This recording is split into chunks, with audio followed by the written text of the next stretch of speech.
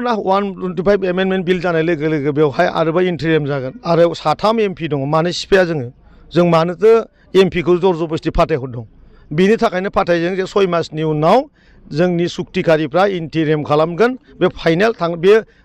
6 मासा बहुत गोबाव जुदि 10टा एमएलए थाङोबा बेखौबो नांलाया सानथामनि उनाव सिफायगोन जों 125 एमेन्डमेन्ट बिल जानाय लोगो लोगो बेवहाय आरोबाव इन्ट्रिम जागोन आरो 3 एमपि दङ मानो सिफाया जों मानोथो एमपिखौ जरजबस्ति फाथायहरदों बिनि थाखायनो फाथायदों जे 6 मासनि उनाव जोंनि सुक्तिकारिफ्रा इन्टिरिम खालामगोन बे फाइनाल बे जोंनि बे एनडिएफबि बिथांमोननि जि सुक्ति जोंनि दुलाराय बर' फरायसानि सुक्तियाव बे दंखायो बे बिराद थाबनो जानो थांगासिनो दङ बिपिएफ सरकारा बायगोन नामा अब्ला सरकारानो थायाबा आरो बायनाय बाथ्रा बेलाय सरकारखौथ' सिफायनो नागिरदों इन्टिरिम खालामनो नागिरदों जोङो 3 रायजो सभानि 2 रायजो सभानि सांसद 1 लकसभानि दङ बेनो थांखि बे बाराव 6 मासनि नङा 6 मासाथ' बहुत गोबाव 6 मासा बहुत गोबाव जुदि 10टा एमएलए थाङोबा बेखौबो नांलाया सानथामनि उनाव सिफायगोन जों नैबे समाव इउपिपिएल हिसाबै बेसेबां मासि देरहागोन होनना फोरमायगोन 10टा फाइनाल मोनसेया कंग्रेस आरो मोनब्रैया अन्य नैबे रायजो दल आरो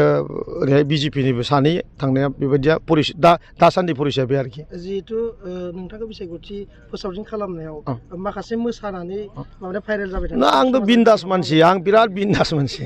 अयथासार बिन्दास आइजोफोरनिफ्राय गोबां अनसायनाय मोनदों नामा अयथासार अनो आंखौ आइजो नङा आइ आब' आंनि मादै आदै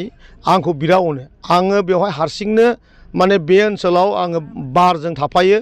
आङो दंफांजों थाफायो आं आइनि बिखायाव थायो आं फंबायनि बिदा जानानै थायो बेखायनो बेवहाय आं मोसानोबो हायो मुसुरनोबो हायो आंनि केम्पिंआव थांबा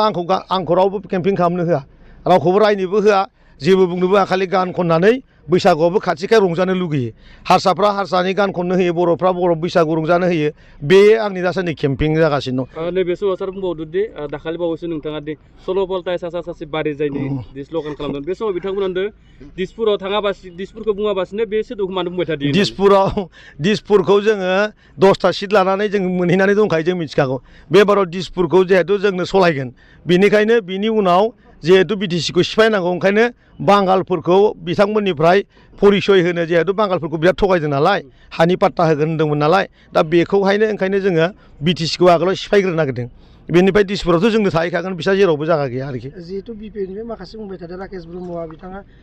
मुस्लिमफोरनि टफि गाननायखौ राजखान्थि खालामदों बिपिएफ होनबा जाम्बा पार्टि समाव बुंनो नांला बेफोरबायदि खोथाखौ बुहुद बुंबाय सोरबा बुङोबा बे जौ लोंनानैसो बुंदों बिसोरनाव बेबायदि थाखायो बेफोरखौ दा बुंबाय थासै आरोखि नोंथाङा सासे लाइमोन दैदेनगिरि महरै लाइमोनफोरनि थाखाय मा थिदों लाइमोनफोरखौ जों गोदान मोनसे समाज बानायनानै होनो नागिरदों जौ जुवानिफ्राय मुक्त आरो गोदान थासारि होनना बुङोबा शिक्षाखौ बिराद इम्पर्टेन्ट होनांगौ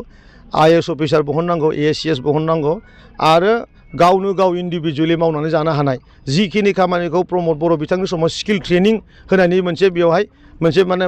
भलकेन' मोनसे बांग्रिं बायदि मोनसे जों परिबेस लाबोदोंमोन ट्रेनिं प्रथमावनो मोनसे खामानि मावनो नांगौबा ट्रेनिंखौ नांग्रोगौ अमा फिनाय दाउ फिनाय साइकेल बानायनाय इ रिक्सा फाहामनाय मटर साइकेल बानायनाय बे माखासे माने ट्रेनिंखौ जों स्टार्ट खालामदोंमोन दिनै बहाथे दिनै बिदि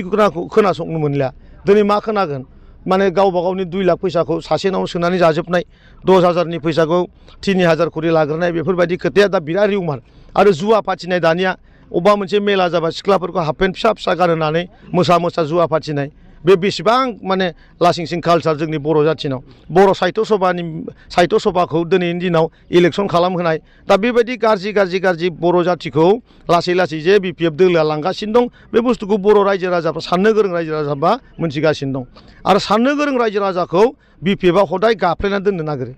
फरायसा फरायसुलिखौ बिपिएफफ्रा सैथारा आरो गोरों थाखो आरोखि मथथे रायजोनि सांग्रा इन्टेलेक्सुयेलफोरखौ सैया साख्रि मावग्रा सुबुंफोरखौ सैया मथथे दिनैनि दिनाव बिपिएफआ सुबुं माहारिनि बेरेखा पार्टि